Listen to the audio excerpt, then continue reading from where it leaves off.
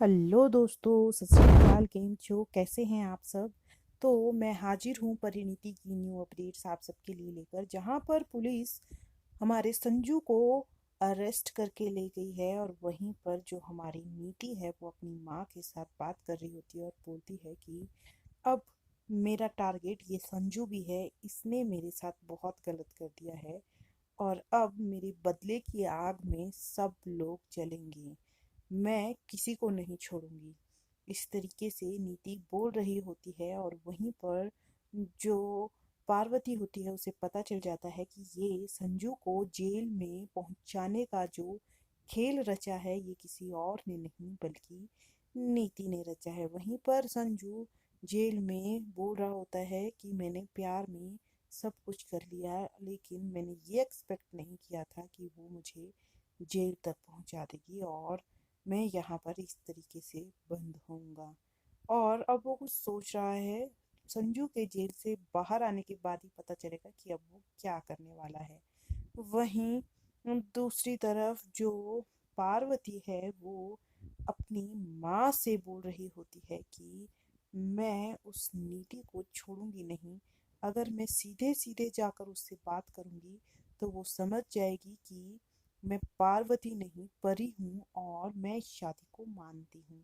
इसलिए अब मैं मीडिया के सामने ये सारी बात रखूंगी और मैं उसे इतना मजबूर कर दूंगी कि वो ये केस खुद ब खुद वापस लेगी। वहीं पर जो संजू की माँ है गुरविंदर, वो हाथ जोड़कर नीति से माफी मांगती है और बोलती है कि मैं तुम्हारे पैर पकड़ने के लिए भी तैयार हूँ, मैं तुमसे माफी मांगती हूँ अपने हर उस काम की जो मैंने तुम्हारे खिलाफ जाकर किए। बस तुम मेरे संजू को, मेरे बच्चे को उस जेल से बाहर निकाल दो। लेकिन वो जो संजू होता है वो ऐसा नहीं सोचता है और उसके दिमाग में कुछ चल रहा होता है। लेकिन नीति पर अब किस है ये देखना बाकी होगा, क्योंकि लग नहीं रहा है कि अब नीति पर किसी का भी कोई असर पड़ने वाला है।